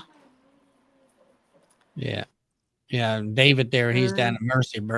at Murfreesboro. He's which south of Nashville. Yeah. I can't Yeah. see. Can somebody read that to me? I can only see part of it on my screen. Says we're David Locke, Loucky. He says hi to you. And he says they're in Murfreesboro, 12 colonies, been successful wintering our colonies for a few years. What are your tactics for varroa control that have been working for you? I guess that's your question, Josh. Yeah, sure. Well, in years past, I've been doing Apivar right after I pulled honey, which was July, and then oxalic acid vapor this time of the year. You know, I like to get it done before the holidays. You know, winter solstice, of course, but I like to get it done before the holidays just because there's a lot going on this year. I didn't make it. We had a lot of rain. It was either raining or too cold in that time frame that I usually do it.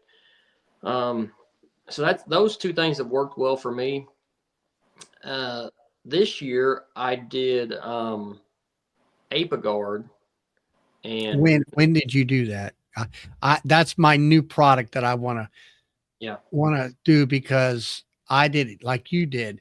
Come the 1st July or so is when my honey season drops. It stops, and normally I'll do the end of July through August with Apivar. Yeah. And I got tested with the National Honeybee Survey this year. and I've done it previous years, and April bar doesn't work. Put it to you that way. And now I want to replace that April bar with April guard, and I'm worried about heat and humidity and killing my bees. Yeah, I did it. I was actually running a little behind this year on my mite treatment, and I did it in like mid-August. And I think I broke it up into 4 treatments. 25. Yeah, 425. Yep. And I had 0 issues. Bob Benny's got a good video out on it. And if anybody wants to try it, that's a good resource. He breaks all that down, temperature. Yeah, he had that one. I went back. I think he put it out last year. He had him right there next to the building, and he was telling about the different temperature ranges and all that kind of stuff. He did another video, I think in July this year, somewhere around there, talking about it again. And so that that's worked well for me also. So I kind of like going to more of a natural treatment or synthetic. Yeah, I mean, I don't know. It's like now Nancy uses Formic in July, which I wouldn't dare. I use it in September, usually right at Labor Day weekend. And normally for me, that temperature range is 80 degrees or less. For the last 2 years, it has been. And we have low or no humidity. And I'll slap that on full blast at 2 strips on the 10 framers. And actually, I'll put a strip on a double nuke, 5/5. And I've been doing that for several years now, and it works well in the nuke and in the 10 frame. And this year I was back to the Apivar. The inspector was here the last week, within the last 3 days of that product being the end of its dosage cycle, 6 weeks. And she asked me, are you going to back this stuff up? And I said, yeah. I said, come September the 2nd or whatever it was there, I said, we're dropping Formic on because of the weather. I knew what the weather is going to be. And so she said, fine, because, we were seeing mites in the drone cappings and stuff like that. And it wound around where I got my data sheet back from the university, and basically my mite load after 6 weeks of April bar was 10 point, almost 11 mites per 300 bees, which is way out of range. 3 years prior to that, she came in after I did April bar and Formic, right after Formic. And that was 3 years ago. She did that test, and she was late that year, but she did it after Formic, which is nice to, to check to see what's doing right. And my mite load was after 300 bees, it was a 0.2. So definitely Formic works. Apivar doesn't. And I was just watching Ian's video where it might work 50% if it works that much. I'm not sure. The disappointing thing is, like, we know through research that amitraz, which is the active ingredient, we know that works. It's just the Apivar is not working due to inconsistent dosage. And I could get a pack and they work just fine. You could get one and the dose is light.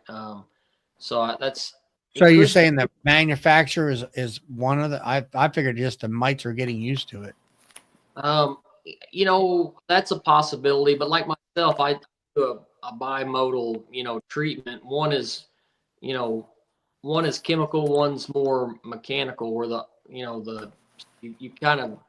you negate some of that.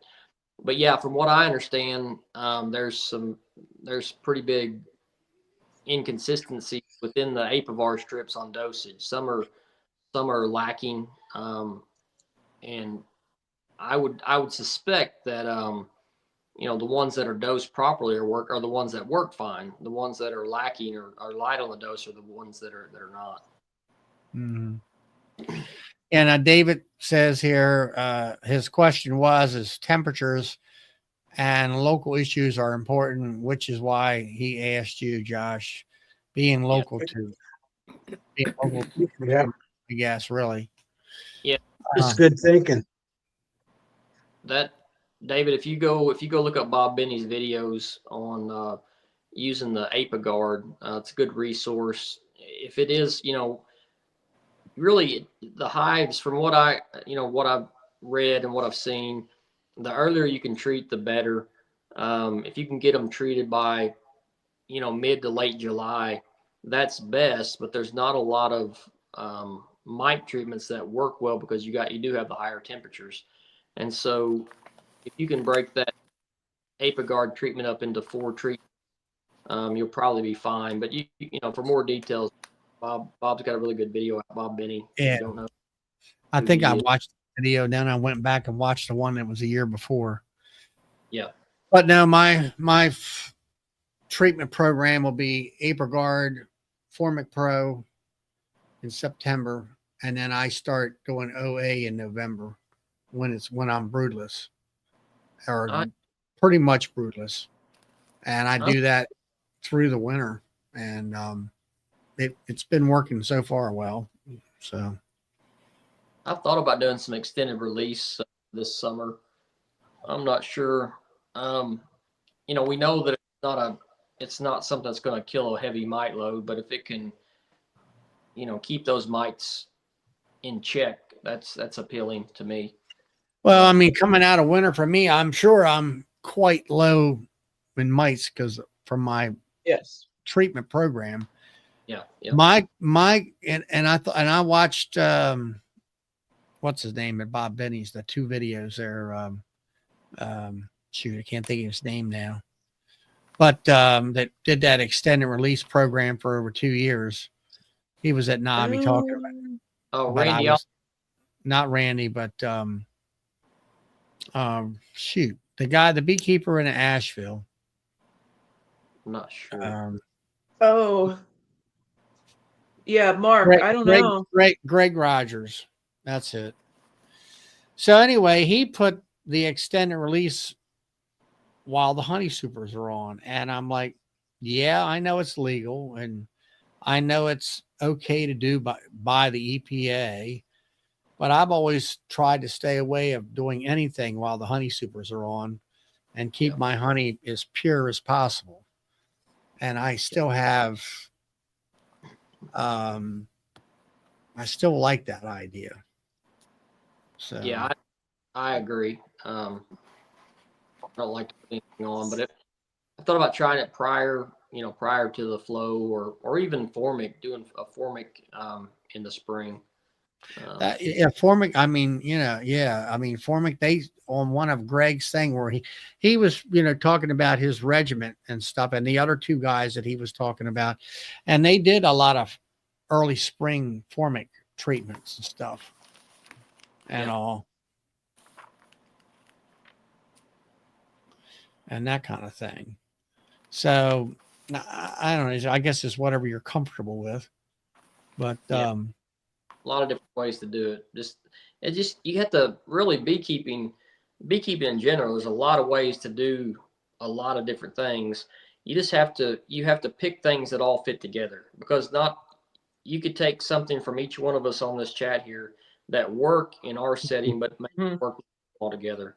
So you have to find, you can pick these different pieces up, but you have to make sure the puzzle fits together at the end of the day. yeah. I mean, it depends on know your yard.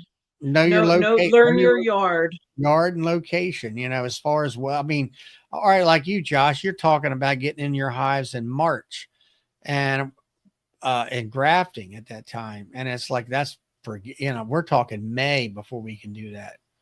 And I know that I went to Knoxville to learn how to graft from Kent Williams, and back in 2019, and at the honey show, and I'm like, we're coming from 35 and 40-degree weather down to Knoxville.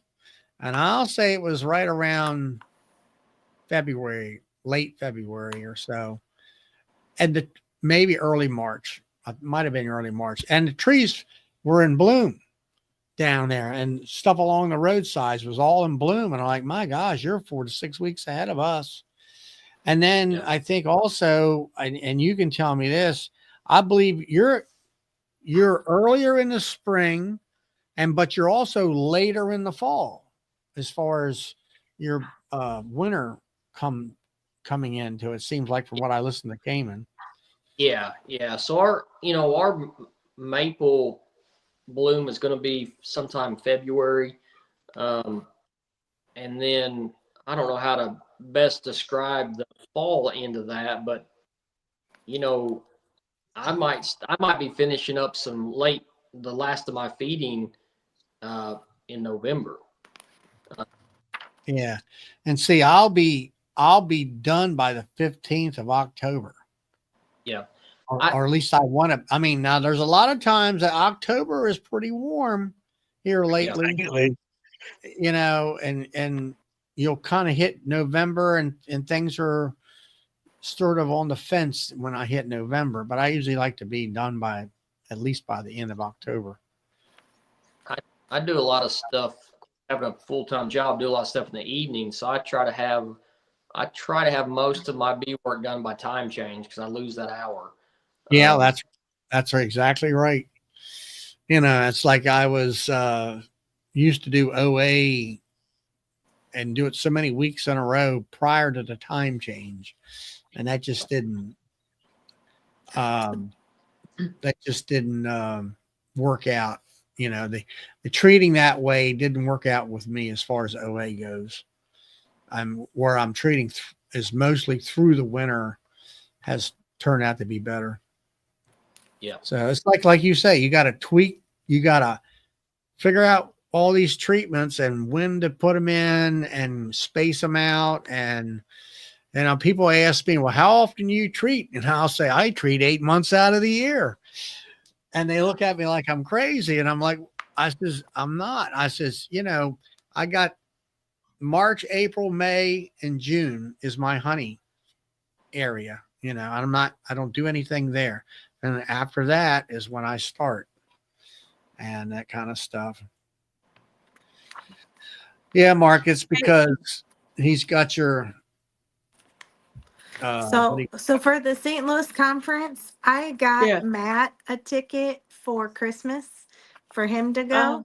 They have two different setups, the new beekeepers and experienced.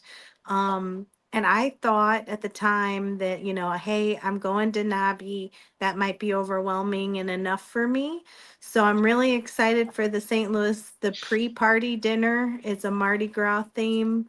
So I will be at the dinner, but I have not bought a ticket for the expo or whatever you want to call that one.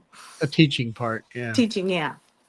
I was half tempted they're doing a workshop that Friday before on honey judging. And I was a little tempted into doing that just because I think the honey judges outfits are really cute. And I kind of want to wear one. But then when I was reading about it, it's very detailed into you have to learn stuff too, right? Not just be cute. And I feel like that, yes, I have tasted a lot of honey. We brought back about 25 bottles of honey from Nabi. So I have tasted a lot of honey now. But I'm just probably not quite there yet. So to be future goals, I'm gonna get one of them outfits one day. But I'm really interested in learning tasting. What's the name for it? I would be more interested in that part of it, but they teach you a lot more in-depth stuff, which is all good stuff. But yeah, I'm really interested for when some tasting comes. It's, I want to say sommelier, but I know that's not right. What's the name? You remind me of a guy that would know. It's chocolate, wine, and honey. It's called, what's it called? The person. Malvery, honey Malvery. Is that right? I can't remember if that's the word or not. Mm-mm. I don't know.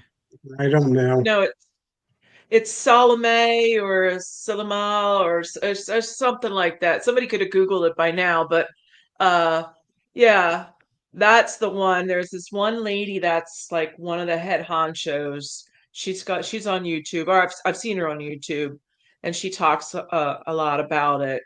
But I think that would be because I can taste so much in the variety because we're getting it from all over the country. So I had honey from somebody, it was the second year, I think, and or maybe the third year, but it tasted like roses smell. Like I'll never have it again. But I did contact them, Montana, but what was it? It was like something Highland. But anyway, nonetheless, I have a lot of flavors, but I don't have words Yeah. for those flavors. We were just Like I talking can't. about just the how beekeeping can almost go hand in hand with like master gardening and Mhm. learning all of the plants, and then you're going There into it is, then the dancing. tastes and the smell See it? aspect. Yes, Now I you just went wanted to. international. I wanted to say hi to our friend from Australia. All right, the next one below is your answer, Yep, honey. There it is. Smeller. sommelier. Did you say that, Josh? No, that wasn't the word I used. Okay. Honey, but there is sommelier is also for chocolate and wine. But right, honey would be, yeah. Okay, so I'm gonna, you know what? I'm gonna put that in my phone under something here. Goals. That's I what know we. Pam, she went to Nobby and took the honey judging class. And she can be a steward now, which is like a runner, I guess you would call it. But in order to become a judge, you have to You have enter. to go through so many steps. It said it was an 18-month process. I'm like, Yeah, oh, but you also have to have bees. You have to enter wax and honey and all these mm. different things in a lot of different judging competitions. And then you score points, I guess. It's some kind of a point There's system. some way that they must earn patches because some of those judges have way more patches. And Yeah, then it they're reminds like me of Girl they're kind of Scouts. like And they're I'm kind of like, like oh. Girl Scouts and Boy Scouts. But she looked into all that and she wasn't. It was like, nah, I don't think so. Yeah. We try to. So we were spammed. We had that Australia. Yeah. Well, it's not gonna end pretty. What they were going to try to jump on? Joey would be so proud of me. No, it was not gonna be. It was a spammer. No, what do you call those, Man, on trollers? your first A one. troll. A troller. Yeah, I Whoa. recognize the second comment was not something that one of us would ask Hey, each other. I think that's a good sign that you're going places when you got some trollers. I don't want to go anywhere. I don't want to go anywhere. Well, at No, the well, my beginning name of has this, first. Philip said something about, we'll see how this goes. Well, here we are, Train Philip. We're wreck. Well, killing it. I know, and you better make sure he hears that too, because I know I keep hearing Philip was like this being a train wreck, and then after I thought about it, I laughed, because it was funny, and then after I thought about it, I was like, hey, wait a minute. Why are you on here then? Yeah, He was going head say that. first. Deer in headlights. But my title has first in it, my first live whatever. So I thought about that, Charlie, too late. I thought about that at 6:35. I'm like, but I couldn't. I think this I has been wasn't. a good chat. Thanks to Charlie and Oh my. you don't have the names up, and this fella name Josh. Charlie and Josh have been holding it down, and I think that Matt's gonna be up all night watching this when he gets home. So I think we're good. Okay. Well, Yeah, it's I didn't always mention how I do mites because I yeah. do a little differently, but that's all right. Maybe Well, maybe I I'll go public do later on tell. this year. Do How do you do tell. mites, Tom? I have my own method, my own it's a top non secret method. top secret. I don't have it patented yet, finished. I'm still working on the formula a little bit, but it's no chemicals, No chemicals? no Yeah. chemicals, all inert materials, Hmm. Inert. So I inert mean, I've heard of materials. a hive being, I guess chemical free or treatment free, where the bees, like as they enter, they clean them off. Like they Oh yeah. Well, Grooming. this Well, groom them. No, Yes. hygiene. what Tom Grooming. I do is I make it where the female mite cannot lay eggs. I stop her breeding cycle. Then she doesn't go underneath caps, and I wait 14 days with this treatment.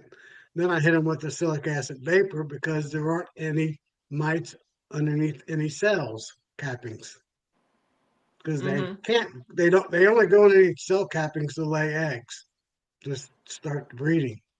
So Mm. if they don't breed, they don't go in. Hmm. It's kind of like it's a pad that you put in between two frames, two boxes, and it works for 14 days. And you've so is had And the pretty best good part luck. about it, you don't even have to take them out of the hive. You can leave them in. so I mean, I know you talked to David Peck about it last year, and Yeah, I talked to a did few they people. did they ever run with it, or they need to get financial services for it? They need to get financial. It's in the pipeline. Yeah. But there was a college over in Europe that's been doing the same thing I've been doing about the same time I've been doing it, maybe a year before me. And they've done all the scientific studies, Yeah. and it works. They do exact 90% the same thing I do. I do Yeah. like to do it in the least amount of boxes as possible. So right after you pull honey is a good time to do it. But there's no temperature issue. Actually, hot temperature works even better than cold temperature. Right. So Look at you. You are an temperature's not innovator. well. I got 6 patents being an electrical What? engineer. I Yeah, didn't know I was hanging out with somebody so famous. you wouldn't believe what I do for a job. Very What? techy. But I'm just a beekeeper. Yeah. Plus, I'm retiring in 3 months, so I'm done. And he mentions that Beekeepers once don't a week. retire? But some of my big projects is I program satellites like Elon Musk satellites. I did a little project Uh, for NASA programming their launch pads, little things like that. I enrich uranium centrifuge production lines I've programmed. I couldn't talk about that one until a interesting few years ago. stuff. Wow, top secret stuff. That was top secret. Huh. Yeah, he's retiring from his real job so he can become a beekeeper full time.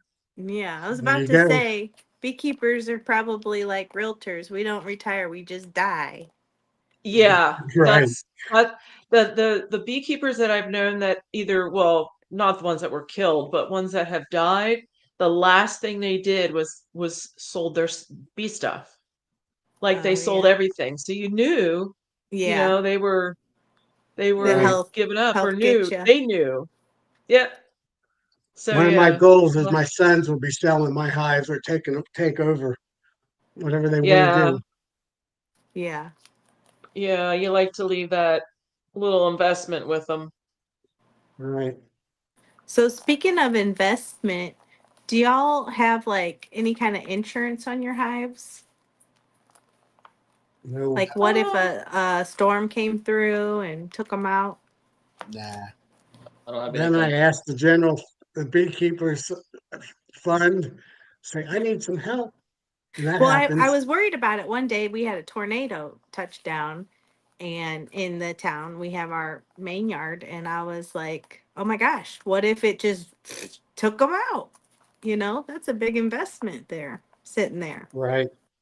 Josh, you have the highest numbers of anybody in the room now. So what do you guys do down there at your numbers? Yeah, I don't have anything. From what I understand, like from Kent Williams, when you send bees, to California to pollinate, you can insure your woodenware, but you can't really insure bees. From what I've been told, I don't know much about it. That's just what I've heard from Kent. Mm-hmm. Yeah, Mm-hmm. I guess Right. insure the equipment.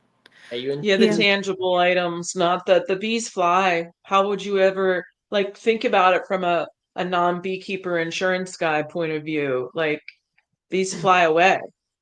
there Mhm. You want me to Yeah, they insure what? can. you can get Yeah. insurance on your honey flow. Jake Oz, uh, I'm drawing a blank. Jake, we talked a while ago, he sells. I think he sells some type of insurance for the honey flow. You got to be a. I don't even know that I'm big enough to make it Yeah. work. There is some insurance on flow. It's almost like a crop insurance. If you're below something, you get paid. Right. Well, yeah, like the big guys, I mean, the ones that are producing tens of thousands of pounds of honey gotta have some sort of Yeah. cushion or, like a safety net there of some degree, you'd think. I Yeah. know. I would think with their equipment I and believe stuff like Ian. that. I believe Ian does. He remember, was it last year he had to buy all them packages and stuff from New Zealand and all in Queens? Yeah. I bet you I, Bob I, Benny does. I believe Those big guys. he had some type of insurance policy on that kind of stuff. And it's just like some farmers have crop insurance, Mhm. and it I mean, you're putting out hundreds of thousands. If you're big, you're putting out $100,000 in seed and fertilizer and all that, and then you have a crop failure. Mhm. You have if you don't have that insurance, you're going to have a very hard time trying to overcome that Hmm. or just go broke. Yeah. So Yeah, there's Yeah. got to be.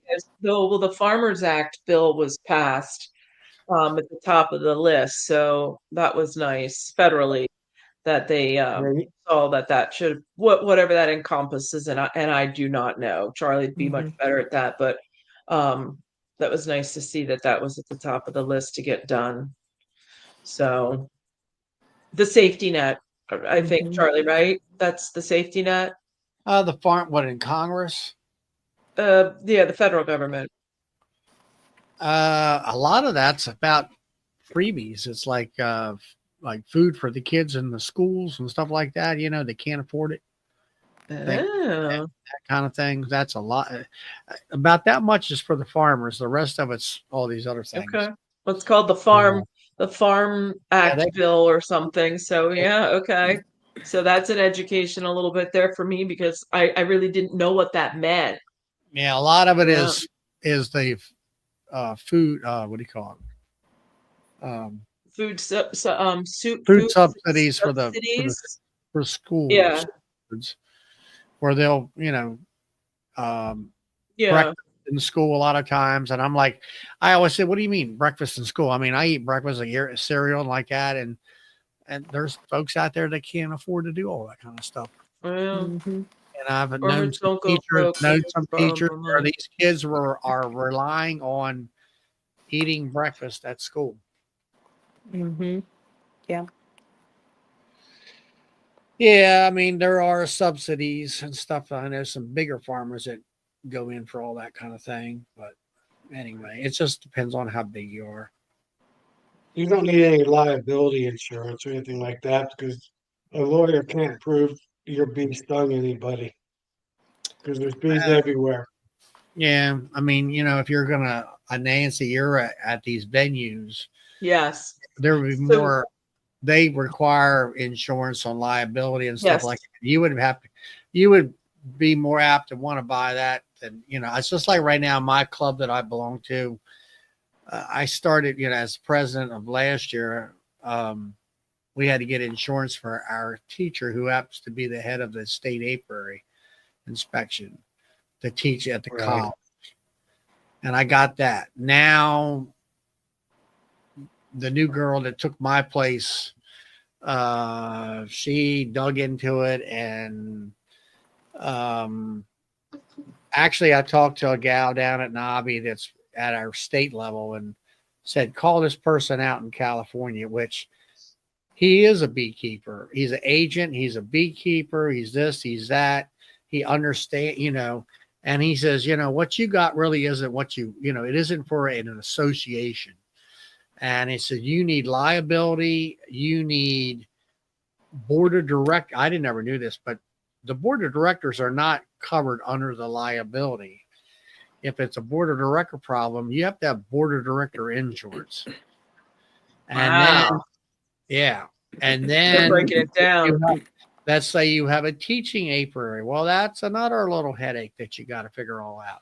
So I think we're right in the process of buying insurance from this guy out in California. He's got insurance for beekeepers by beekeepers, because he is a beekeeper himself. He actually, might be a president of a club in the area and all this other stuff. So, yeah, I just go through State Farm, and the lady, she retired now, but her husband was a mentor to me in the beginning. So she knew exactly, trying to call my agent and try to explain what I need when I don't really even know what I need. So then I went with her, with Ruth Ann, and she got me hooked up. Yeah, the new president told me, she said, I called this guy up and he says, I'll get back. I can't talk to you now because guess where he was at? He was at an ABF selling insurance. So he said, I'll get back to you on Monday, to give you a quote and all the details and stuff. Yeah. So here you got a guy, it's an insurance guy. He's at the American Bee Federation trying to sell insurance. So, I mean, you got to get, like you say, you got to get an insurance agent is specialized. That knows the language. Knows the language and specializes for bees. So yeah, I don't know all the details, but I do know that if someone comes to my house to pick up bees and they fall, I don't know, whatever, I'm insured on that. If I'm at an event and my table falls or my tent flies up and doinks somebody in the head, I have insurance for that. Now, I don't really take live bees to these events. I mean, I do. I have a little one frame observation, which I usually take that when I speak at groups, like not an event. I do once in a while in September or October. I do, and that it's a big deal. But so I don't have insurance for that. I never mentioned it. I know that little observation is sealed. That's not coming open unless somebody really wants to open it. It's not going to fall over and open. You know what I mean? It's not going to fall off a truck and open. But anyway, so those are the things I have insurance for. I think there might be some real, maybe extreme things that the woodenware would be covered that's down back. It had to be a certain amount of value. But other than that, it's a couple $100 a year. It's not a make or break me. So I get it. I get it every year. Yeah. So anyway, that's, some stuff that I've just learned here recently, and there's some other issues going on. Luckily, after 5 years of being a president, I'm kind of glad I'm out of it right now. I didn't know, Charlie, I didn't know that you were stepped down. I stepped down. That's good. I'm still on the board as past president / advisor for 1 Yeah, year. yeah. They'll keep you on for 2 years They keep me or on whatever. 1 year for 1 year as an advisor. Oh, okay. She's a type A personality. And I'm like, I says, look, I says, you got a couple different fires here. I said, you just focus on this one here, the insurance. Let's get that out of the way. And then I said, the other one hasn't done anything and it's an issue. I said, then we can address that. I said, you just have to take it one at a time. And then, of course, there's always different personalities on the board of directors. And I said, yes, I know what you're talking about. I said, you have one person that was a treasurer that I had to boot him every time to get him to pay a bill, where the next person I got in, which was better, don't have to do that. They're Johnny on the spot when it comes to paying the bills. And I said, you learn each one of them, what their their pros and cons, or what they, their strengths and stuff like that. What their assets are. You have to deal with them and you have to work with them. It's, that kind of a thing. I was the president for our homeowners association for 30 years. I retired last year. SB of the crowd, weren't you? They used to call me the Intimidator. Sorry. It's not a true home association. It just is by title. We just take care of our private road. Keep it maintained. No, well, I see folks. ahead, I don't know, Charlie. I'm going 2 hours and 15. What do you think? Should I need professional advice at this point. Should we just go? I'm done. I'm done. Okay. So then, Josh, okay. Josh, I think he's done too. Josh, nice, finally get to Thank meet you, Josh. Thank you. Yeah. Thank you. I really appreciate it. But Very it's good. Very good. Now I feel like I can come up to Nobby. I seen you, Dad. I said, I know, I've seen that guy before. I don't know who. Josh, I need you to get back on YouTube because my season's about 2 weeks after yours, I think, maybe 3. So I can follow you, and I said, "Oh, I need to do this." Yeah, like maybe at some point. So, Josh, do you visit to these chats throughout the week or not, or did Nancy just invite you tonight? Yeah, Nancy invited me. I was really into the YouTube scene and the bee chats. I mean, that's how I learned how to keep bees is through Bob Benny, Cayman Reynolds, a couple other. But as I just like with my own YouTube channel, as I got busier and busier, I just I just Cayman's live 20 hives just the other night and didn't even know that it had happened until I think this morning. I'm like, oh, I'm just gonna. I'll invite you to my. I have a Friday night bee chat. You can my YouTube Sawmill Charlie's Bee Farm, and it starts at 8:00 Eastern Standard Time. And it's the intermediate to advanced. I don't know, like I don't like to brag, but like last Friday night, Ian stopped in for a while, popping in and out with his battery problems. And I got a lot of Canadians that come in, and it's uptown. Yeah, last Friday's bee chat, once it started getting rolling, I was like, oh, this is cool. They were masterminding about queens and queen rearing. And I'm over here like, oh, this is getting good. We were about to go to bed. And then Matt got a Pepsi. And I was like, you staying up? He's wired. Yeah, I try to keep it at a higher bar. And I like that. I like talking about queens and the details and how to do it and how to grab, whatever. And, when you get like Brad from Faith Apiaries and there's James from up in Canada that, they're all commercial guys and at different levels, and they bring a lot to the table. And to talk about things. And Tom comes on, and I don't know, Mark And then Miller. Saturday, yeah, Mark, and then Saturday is Joey.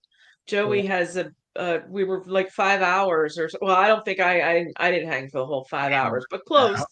I stuck Was in it there 4 on hours Saturday. and Yeah. 50 But Josh, minutes? now Mark Miller, if you don't know him, he Mhm. is a queen breeder and Tennessee, and I'm not sure what he's doing with it right now, but I know him and Corey Stevens work very close together.